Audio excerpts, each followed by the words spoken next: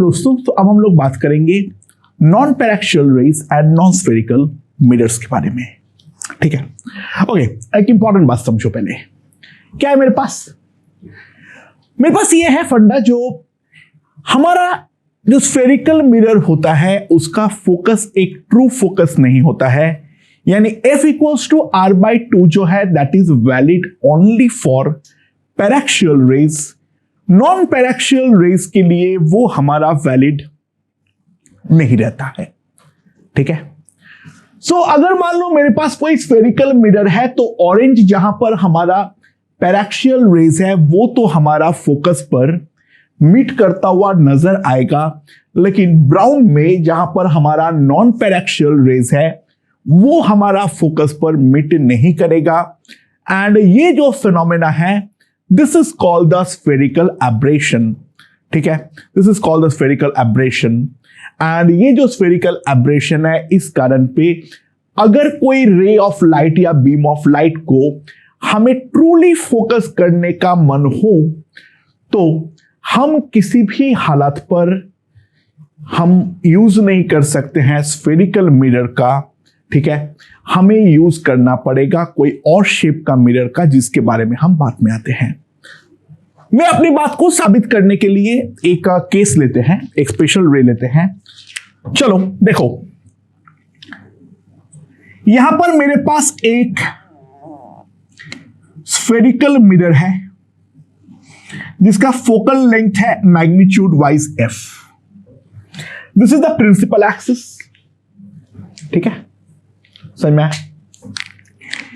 मैंने यहां पर एक नॉन पैराक्सियल रे को इंसिडेंट किया जिसका यहां से हाइट भी हमारा F ही है। This is the centre of curvature, this is the pole. तो ये ray of light after reflection यहां पर कोई पॉइंट A के थ्रू पास करता हुआ नजर आया। तो सवाल ये है जो find PA is to AC। देखो, अगर ये ट्रू फोकस निकलेगा, ऑब्वियसली बात है ये पैराक्सियल रे तो है नहीं, F जो है वो हमारा सब्सटेंशियली बड़ा है, यानी पोल के नजदीक हिट हो रहा है, इसके बारे में तो मैं कुछ भी नहीं बोल सकता हूं। यहां पर जो है हमारा F से मैंने इसको भेजा हूं। एंड सवाल अब यह है जो ये वाला ray of light principal axis को किस पॉइंट पर काटेगा। अगर ट्रू फोकस होगा तो इसका answer PA is to AC 1:1 आने वाला है। ठीक है, अदरवाइज जो है अगर 1:1 नहीं आया है मतलब डेफिनेटली वो फोकस के थ्रू पास नहीं किया है। So now let's construct the figure here. So this is the mirror. जो हमारा पॉइंट ऑफ इंसिडेंस है वो पॉइंट ऑफ इंसिडेंस पर मैंने एक नॉर्मल अब ड्रॉ करने वाला हूं, यानी ये मेरा प्रिंसिपल एक्सिस है, ये है मेरा centre of curvature and this is my normal, और इसका जो लेंथ होगा that is going to be 2F। जो रे ऑफ लाइट हमारा इंसिडेंट हुआ है वो रे ऑफ लाइट मेरा इस तरीके से इंसिडेंट हुआ है,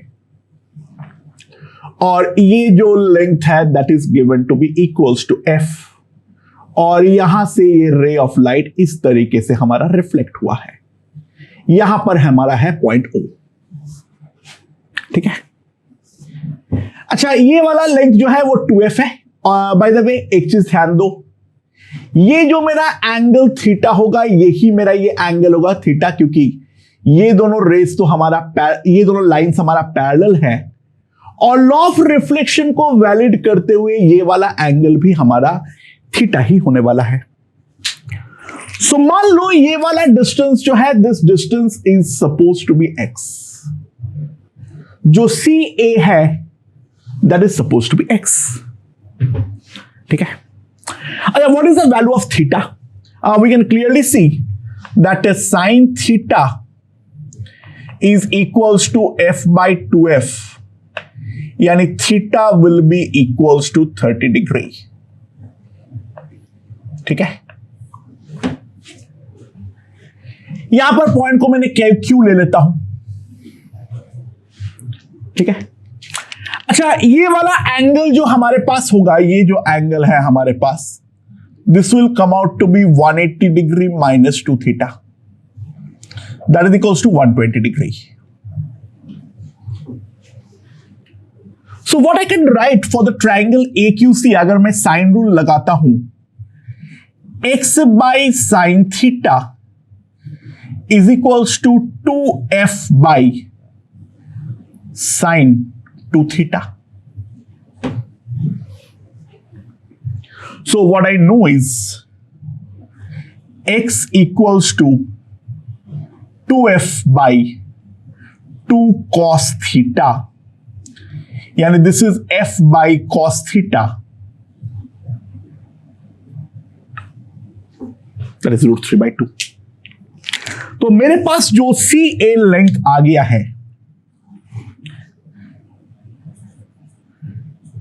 CA length that is equals to 2f by root 3. तो AC जो होगा that will be 2f minus CA, that will be 2f by root 3. So that will come out to be 2f root 3 minus 1 upon root 3. That is my AC. So simply अगर हम ध्यान दें, PA is to AC अगर मैं निकालूंगा, PA, ठीक है, is to AC.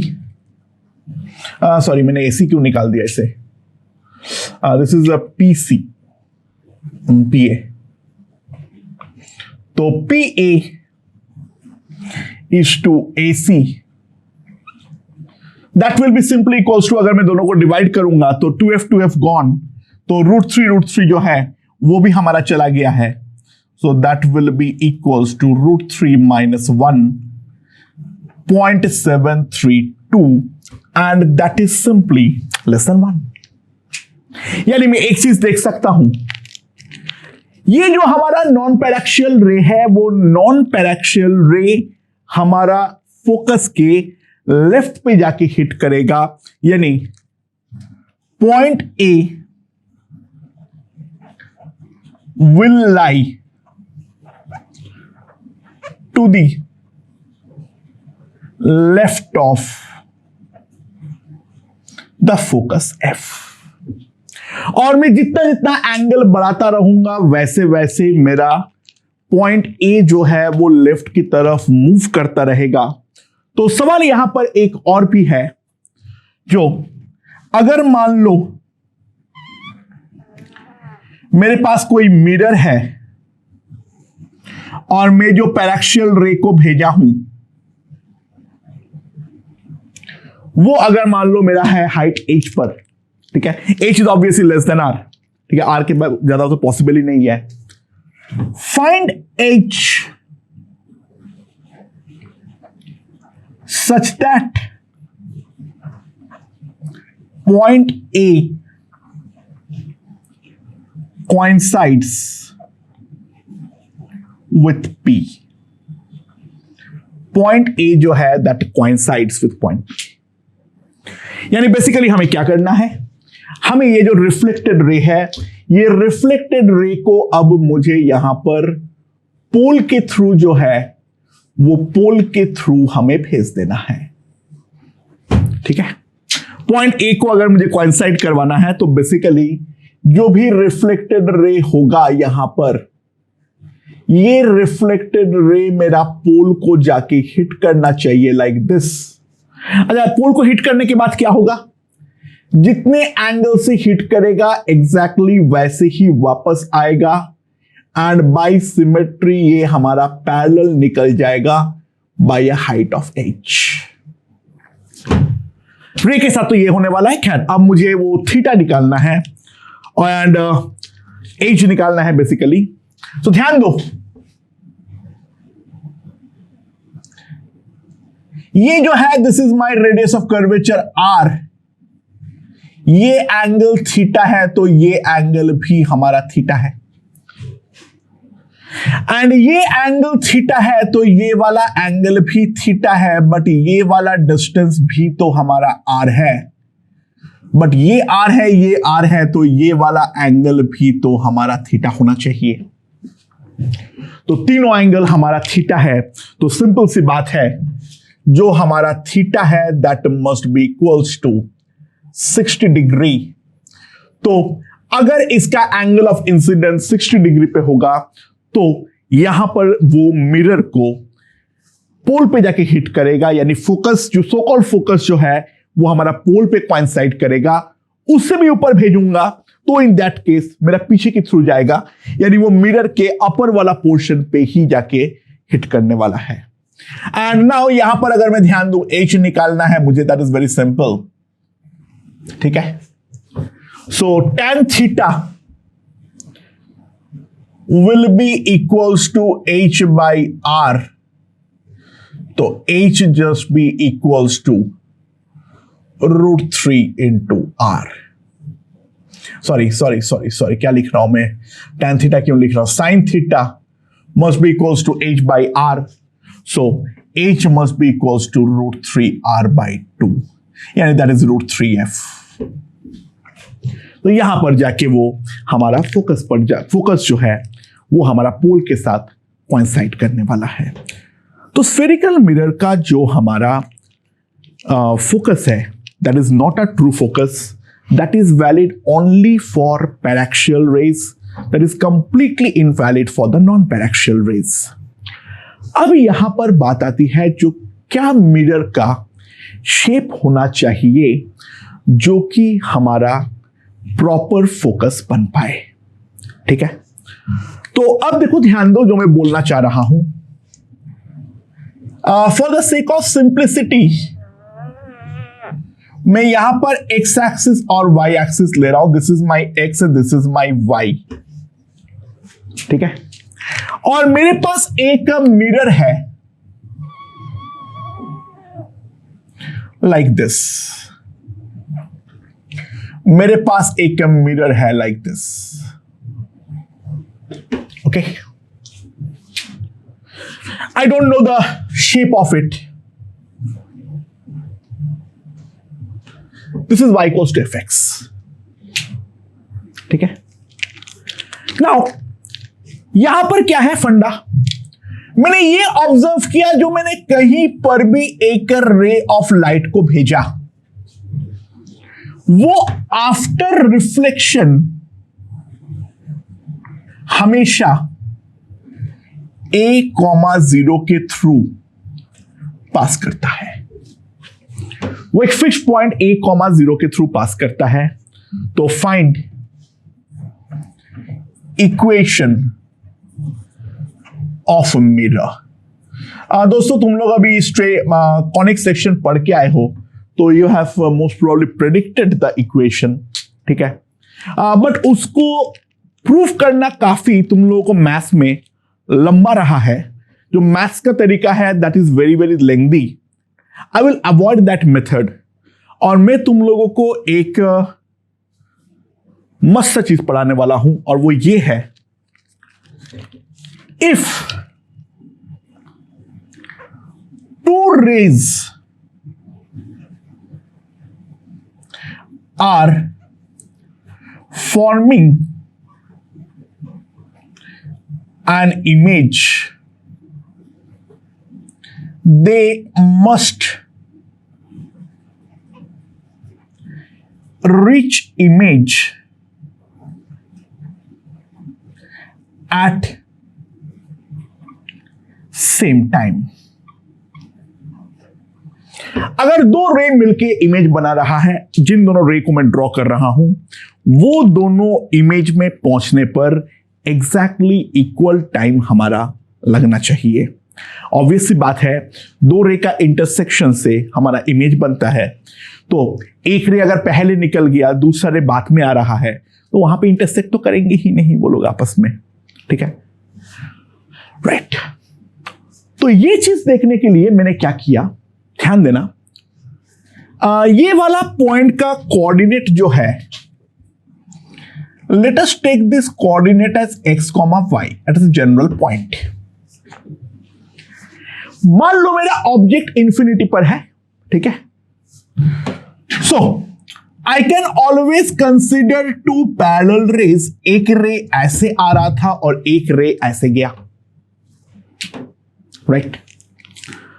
Now try to realise जो यहां तक जहां पे वो रिफ्लेक्ट हो रहा था उससे पहले तक दोनों रे तो इक्वल टाइम ट्रैवल किया ही किया है। बेसिकली बात ये है, ये वाला रे इतना जाएगा और फिर इतना वापस आएगा। ये वाला टाइम और इस रे का यहां तक का टाइम जो है वो हमारा डेफिनेटली इक्वल होनी चाहिए। देखो ऑब्वियस बात है, यहां से परपेंडिकुलर ड्रॉ किया तो ये जो रे मेरा सीधी जा रही थी ये वाला पॉइंट तक, तो दोनों रे का जो सिचुएशन है वो एग्जैक्टली सेम है। उसके बाद ये रे ऐसे ट्रैवल किया है और ये वाला रे यहां से पहले मिरर के वर्टेक्स तक गया और फिर हमारा इस तरीके से वापस आया है। तो यहां से यहां और फिर यहां तक आने का टाइम और इसका यहां तक आ जाने का टाइम, ये दोनों टाइम जो है वो हमारा एग्जैक्टली सेम होना चाहिए। It's an important theorem. ये हमें ना केवल इस जगह पे अलग अलग क्वेश्चंस में इसका इस्तेमाल होता है। दो रे जो कि साथ में निकला है इमेज बनाने के लिए, तो इमेज तक पहुंचने में दोनों का टाइम जो है वो हमारा एग्जैक्टली इक्वल लगने वाली है। ठीक है, नाउ लेट्स सी। अच्छा, पॉइंट्स का नाम दे देता हूं। This is a point O। यहां पर मैं थोड़ा Q नाम दे देता हूं और यहां पर मान लो मैंने नाम दे दिया P और इसका मैंने नाम दे दिया S। अच्छा, what will be the value of QO? Try to understand. QO will be nothing but ये पूरा लेंथ जो है ये सही, ये वाला पॉइंट जो है वो x, y है, तो this distance is definitely equals to x and OS जो है that is equals to A.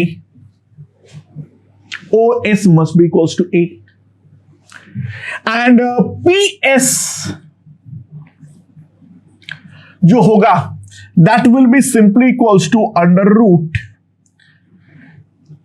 A minus x का whole square plus y square।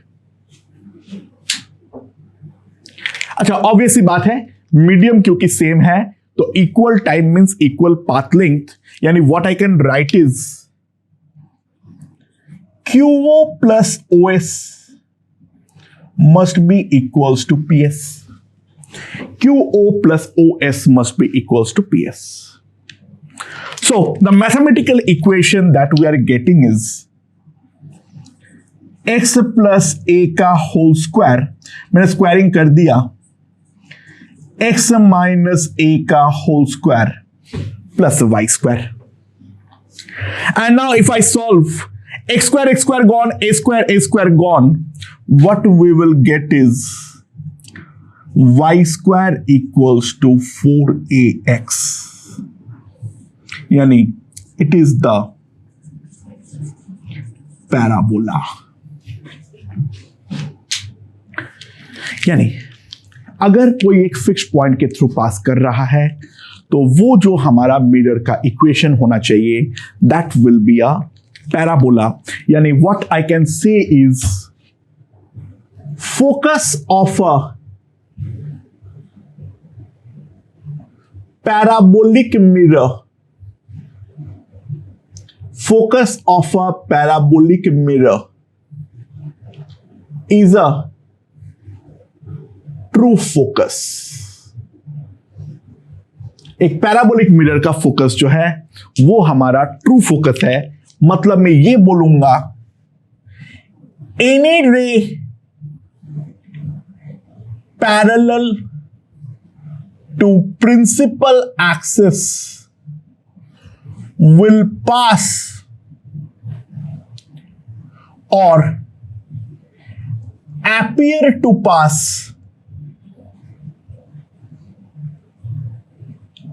through fixed point called focus. Any ray parallel to principal axis will pass or appear to pass through the fixed point and that is called focus. ठीक है, मेरे ख्याल से ये चीज हमें यहां पर समझ में आ चुकी है. सो दोस्तों, पास और appear to pass कब बनेगा? कॉन्केव मिरर तो पास करेगा, जो हम लोगों ने यहां पर अभी अभी देखे थे. यानी ये यहां पे कोई भी रे होगा, ये हमारा फोकस एस के थ्रू डेफिनेटली हमारा पास करेगा. और अगर हमारा मिरर कॉन्वेक्स होगा, कॉन्वेक्स मिरर, तो कॉन्वेक्स मिरर के केस में तो हमारा फोकस जो है वो डार्क जोन पे लाई करता है, तो वहां पर पास करने का तो कोई सवाल पैदा नहीं होगा. तो that will appear to pass, that will appear to pass. यानी क्या है मेरे पास, यहां पर मान लो मेरे पास कोई पैराबोलिक कॉन्वेक्स मिरर है. ठीक है, दिस इज लाइक दैट. और इसका अगर मेरे पास फोकस एस इस तरीके से है, तो प्रिंसिपल एक्सिस के पैरेलल कोई भी रे डालो, then it will simply appear to pass through the focus S. ठीक है, तो ये हमारा reflection property of the parabola है. ठीक है, जिसको प्रूव हम लोगों ने किए हैं. यानी ये कर्व जिसके ये फिक्स पॉइंट के थ्रू पास करता है, दैट विल बेसिकली क्या है, will be a parabola and that fixed point will act as the focus of that parabola. Please learn this important theorem. ठीक है, please learn this important theorem. This is extremely helpful for us. Okay दोस्तों, so what is the reflection property of ellipse? Any ray that passes through one focus after reflecting from the elliptical surface will pass through the other focus. That is the important concept. यानी यहां पे अगर दो focus है, मेरा S1 और S2, ये यहां पर कोई भी पॉइंट P पर अगर हमारा इंसिडेंट होता है, तो S1 के थ्रू निकला हुआ रे हमेशा S2 के थ्रू हमारा पास करेगा ही करेगा. ठीक है, तो ये हम लोग किस तरीके से प्रूव करेंगे, लेट्स सी. अच्छा, ये वाला पॉइंट में इन जनरल ले सकता हूं a cos theta comma b sin theta. ये वाला पॉइंट जो है उसको मैं लिख सकता हूं a cos theta comma b sin theta. And e की जो वैल्यू है that e equals to under root 1 minus b square by a square. अच्छा, यहां पर जो है ये मिरर हमारा टेंजेंट की तरह, यहां पर जो टेंजेंट है वो मिरर की तरह बिहेव करेगा. And this is going to be the normal N, this is going to be the normal N. ठीक है, अच्छा मेरे पास x क्या है, a cos थीटा, तो dx by D theta minus a sin theta. And y will be equals to b sin theta. So dy by d theta, that is equals to b cos theta. So slope of normal कितना होता है, minus dx by dy. तो मेरे पास simply कितना आ जाएगा, dx by dy. अगर मैं इसको डिवाइड करूंगा तो ध्यान दो, मेरे पास जो स्लोप ऑफ द नॉर्मल आएगा dx बाई dy, इन दोनों को डिवाइड कर दो, so that will be equals to a by b into tan theta. ठीक है, अच्छा स्लोप ऑफ PS1 कितना आएगा? स्लोप ऑफ PS1 कितना आएगा? That will be simply equals to B sin theta divided by A into cos theta minus E। इसको मैं M1 बोल देता हूं।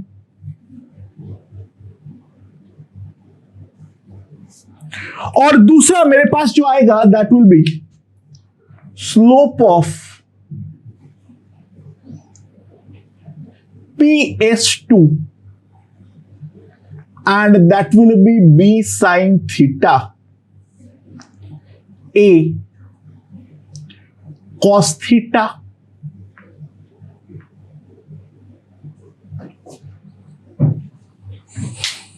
ठीक है। मेरे ख्याल से ये चीज हमें यहां पर समझ में आ गया है। अब ये जो दो लाइंस है, इन दोनों लाइन का एंगल बाइसेक्टर का स्लोप हमें ढूंढना अगर है तो वो हम किस तरीके से ढूंढेंगे? तो बेसिकली जो हमारा हमें जो प्रूफ करना है, जो टेंजेंट और नॉर्मल दोनों हमारा इक्वली इंक्लाइंड होने वाला है with this PN, with this PS1 and PS2। जो हमारा नॉर्मल प्रूफ कर दूंगा तो टेंजेंट अपने आप हो जाएगा, क्योंकि दूसरा जो है वो तो हमारा 90 डिग्री होने वाला है। So let angle between PN and PS1 equals to alpha. So this is the acute angle that I'm talking about. तो tan alpha जो होगा that will be mod of B sin theta by A cos theta minus E minus A by B sin theta by cos theta divided by 1 plus इन दोनों पे अगर हम ध्यान दें तो यहां पर क्या आ जाएगा मेरे पास?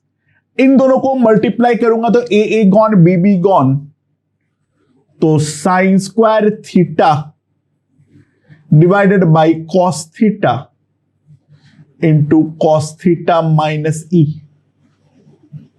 इस चीज का मॉड आने वाला है मेरे पास tan अल्फा। मेरे पास जो tan अल्फा आएगा वो इस चीज का मॉड आने वाला है। अच्छा, यहां पर अब जो चीज आ रहा है उस चीज को ध्यान दो। अच्छा, नीचे का एलसीएम में लूंगा तो आएगा a b cos theta into cos theta minus e. वो तो डेफिनेटली हमारा कटेगा, तो उसको तो मैं नीचे ए बी को सिर्फ ला दे रहा हूं। और यहां का एलसीएम पे अगर मैं ध्यान दूं तो मेरे पास आ जाएगा cos square theta plus sine square theta, वो 1 हो जाएगा, तो 1 माइनस ई कॉस थीटा आएगा।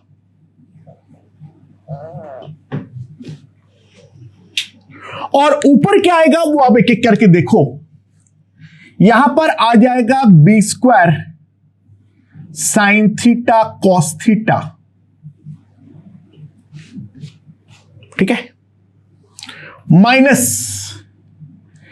ए square sine theta cos theta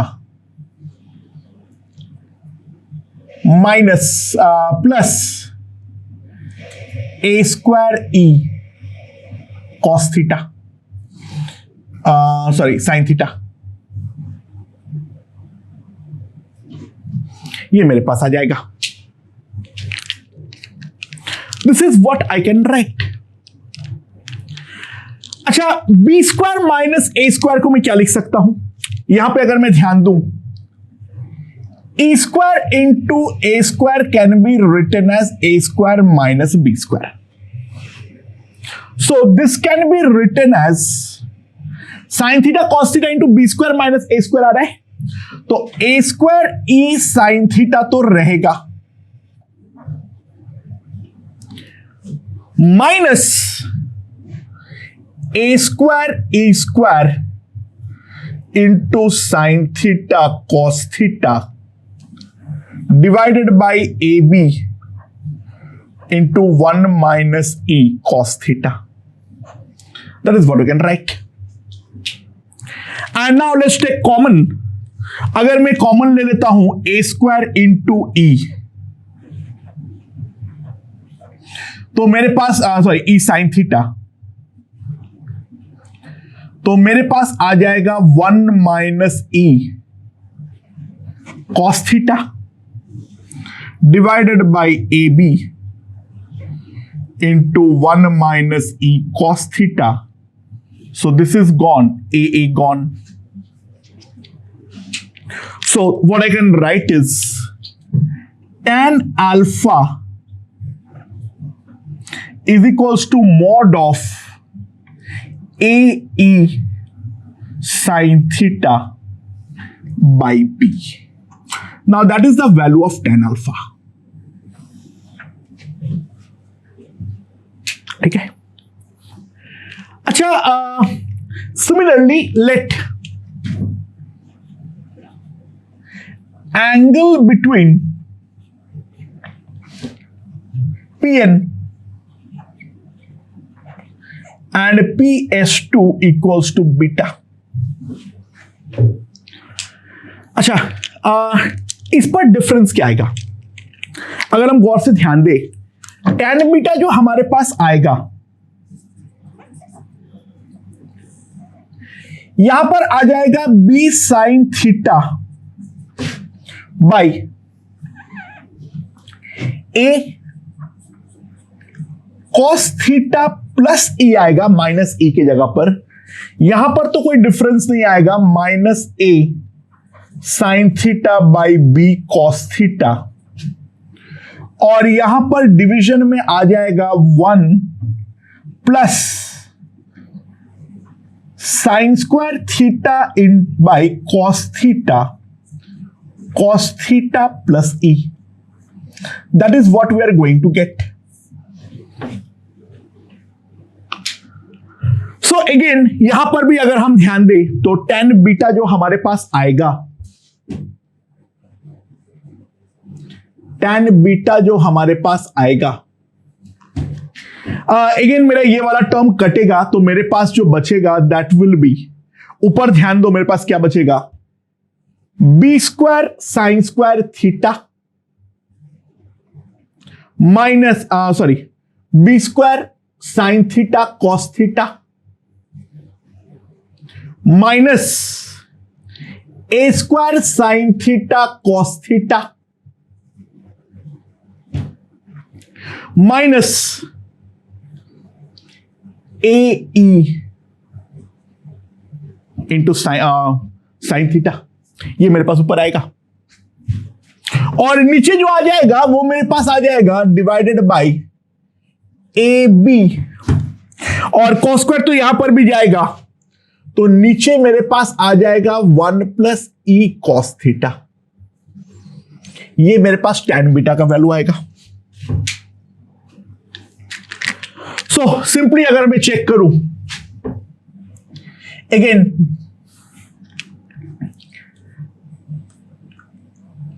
minus ए ई साइन थीटा, माइनस ए ई साइन थीटा, और यहां पर जो आ जाएगा that will be minus A square E square sine theta cos theta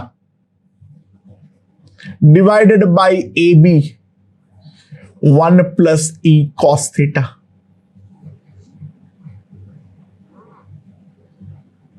sorry, square लिखना भूल गया था.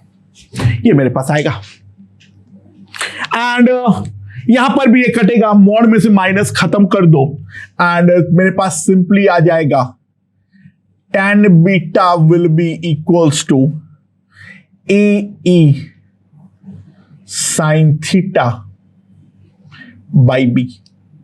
That is the value of tan beta.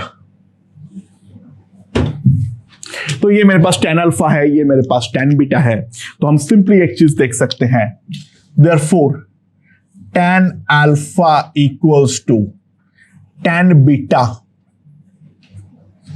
that implies alpha equals to beta, यानी द नॉर्मल जो हम लोगों ने यहां पर ड्रॉ किए हैं वो हमारा लॉ ऑफ रिफ्लेक्शन को फॉलो करवाता है। तो यहां पर एक फोकस से निकला हुआ रे जो है वो आफ्टर रिफ्लेक्शन हमारा दूसरा फोकस के थ्रू पास करेगा, and a very interesting result, ये वाला रे अभी इस वाले फोकस के थ्रू पास करता हुआ रे है, then after the second reflection it will come back to the original focus, जो कि हम लोग यहां पर देख सकते हैं। तो ये हमारा दोनों फोकस के बीच में ऐसे टक टक टक टक टक टक टक टक टक टक इस तरीके से हमारा चलता रहेगा। सो ये जो हमारा पाथ है, ये इस प्रकार का पाथ हमारा फॉलो होने वाला है। Let's try to understand. अब ये यहां से निकलेगा, फिर इसके थ्रू पास करेगा, फिर इसके थ्रू पास करेगा। इस तरीके से हमारा रिफ्लेक्शन जो है उस रे का चलता रहेगा। तो एक बार रिफ्लेक्शन में दूसरा फोकस के थ्रू पास करेगा, और पहली बार के रिफ्लेक्शन में पहली बार रिफ्लेक्शन में दूसरा फोकस के थ्रू पास करेगा, और दूसरी बार रिफ्लेक्शन में पहले वाले फोकस के थ्रू वो वापस हमारा पास करने वाला है। ठीक है। And what is the reflection property of hyperbola? मैं अब इसको डिराइव नहीं करूंगा, ठीक है। So reflection property of hyperbola is something similar, ठीक है। एंड यहां पर भी अगर मेरा एक फोकस के थ्रू कोई रे पास होके एक हाइपरबोलिक रिफ्लेक्टिंग सरफेस पर इंसिडेंट होता है, तो दिस इज द हाइपरबोला, ठीक है। ये एक ब्रांच है इसका, जिसका ये वाला मिरर है,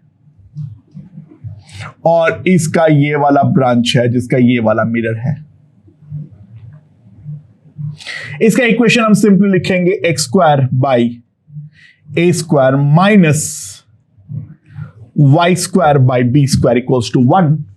तो इसका अगर मैं दो फोकस ड्रॉ करता हूं, ये है मेरा S1 जो है माइनस AE,0, और यहां पर है मेरा S2 दैट इज AE,0।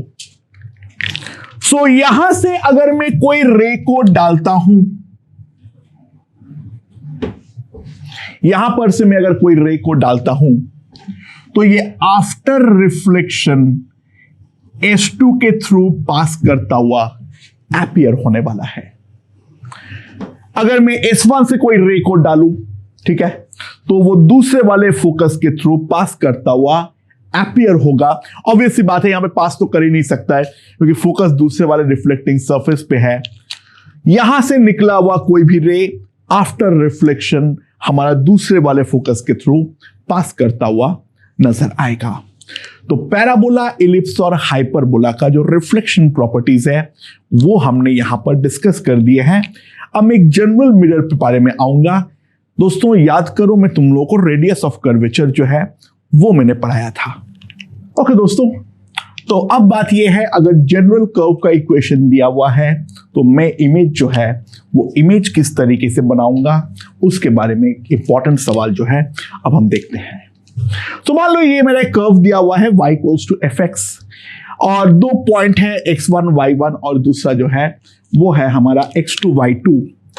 एक ऑब्जेक्ट हमारा यहां पर रखा हुआ है O1 x1 y1 के जस्ट ऊपर, और दूसरा ऑब्जेक्ट यहां पर रखा हुआ है O2। तो consider rays only near x1 y1 and x2 y2, ठीक है। तो O1 के लिए x1 y1 के नजदीक और O2 के लिए x2 y2 के नजदीक फाइंड लोकेशन ऑफ इमेजेस, वो हम लोग किस तरीके से निकालेंगे। अगर हमारे पास जनरल कर्व दिया हुआ है तो ध्यान देना केवल एक ही तरीका है। सबसे पहले find radius of curvature.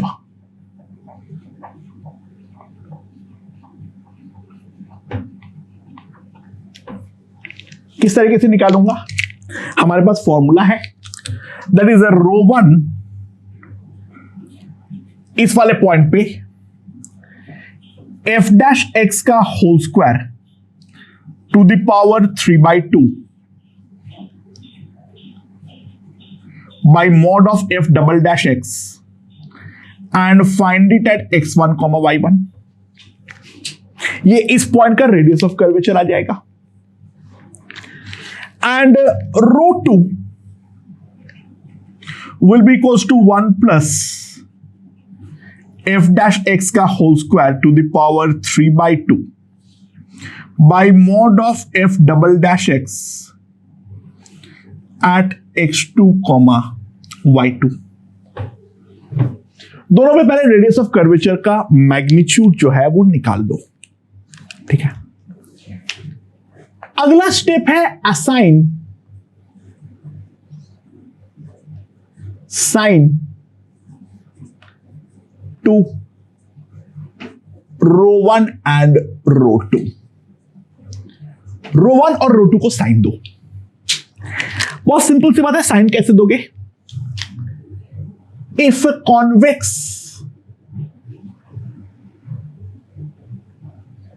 Example ρ1 ये वाला पॉइंट पे, then positive if concave, for example ρ2 यहां पे ये कॉन्केव मिरर है तो सिंपल सी बात है, देन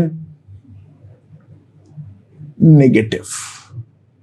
अगर कॉन्वेक्स होगा तो पॉजिटिव बनाओ, कॉन्केव होगा तो नेगेटिव बनाओ। और एक बार जब radius of curvature proper sign के साथ तुम्हारे पास आ चुका है, simply use 1/v plus 1/u 2/ρ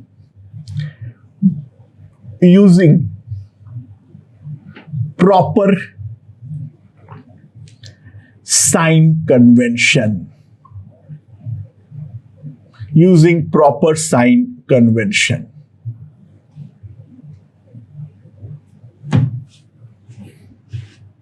ठीक है, दिस इज द फंडा, दिस इज द कॉन्सेप्ट। सो मेरे ख्याल से ये चीज हमें यहां पर अब समझ में आ चुका है, राइट? एक इंटरेस्टिंग क्वेश्चन देखते हैं, क्या है?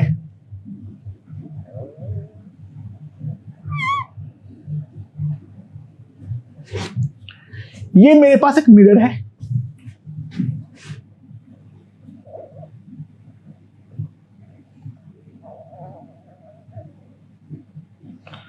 राइट? यहां पर ये एक्स एक्सिस है और ये वाई एक्सिस है। इसका जो इक्वेशन है वो है y² इक्वल्स टू 4x। यहां पर जो ऑब्जेक्ट है वो है मेरा एट 2, 0। यहां पर जो ऑब्जेक्ट है that is at 2, 0। So find location of image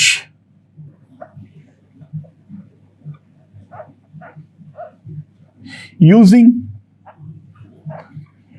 paraxial rays only।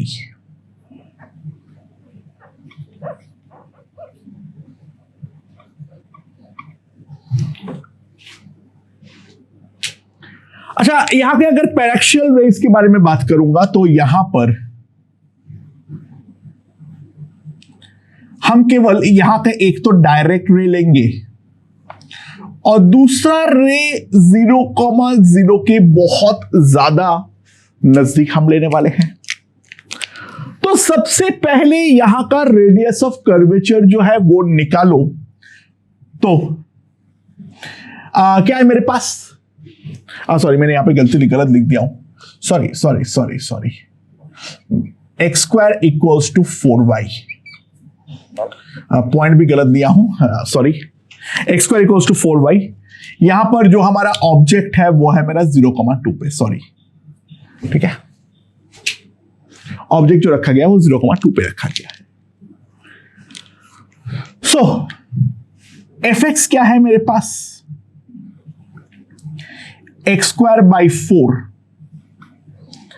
तो f डैश x मेरे पास क्या आ जाएगा, 2x बाई 4, तो f double dash x will be equals to half. So f dash x at x equals to 0 का जो वैल्यू आएगा that will be simply 0। So radius of curvature rho 1 plus 0 square to the power 3/2, so मेरे पास जो आ जाएगा this will be equals to 2, that is the radius of curvature, ठीक है। तो रेडियस ऑफ कर्वेचर रो जो है वो मेरा 2 है, and as concave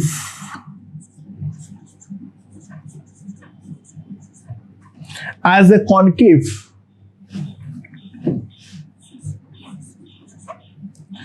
the sign of rho is negative। Rho का जो साइन आएगा वो मेरा नेगेटिव आएगा, एंड नाउ यहां पर मेरा पोल है, ये इंसिडेंट रे का डायरेक्शन है, तो u जो है दैट विल बी -2 और रो जो आएगा दैट विल बी -2। तो what I can write is 1 by v minus 1 by 2 equals to -2 by rho. So 1 by v equals to 1 by 2. So 1 by v equals to -half, यानी v equals to -2, यानी image का जो coordinate आएगा, image coordinate